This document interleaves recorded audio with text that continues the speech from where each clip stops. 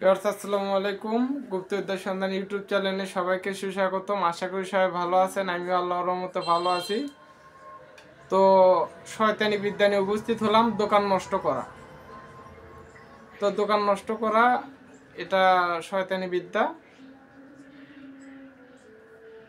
তো আমার বাসা বগুড়া জেলা সারিয়াকান্দি থানা নিজবলাল গ্রাম।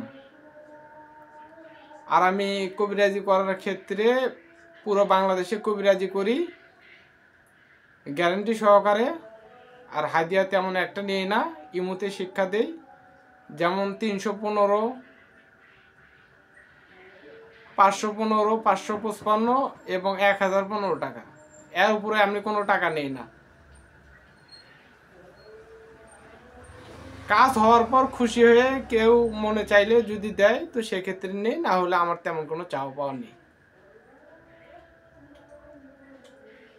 তার কারণ আমার যে সকল শিষ্য আছে তাদেরকে শিক্ষা দিতেই, ভিডিও বানাতে, আরও কাজকর্ম করতেই হাতে আমার সময় থাকে না।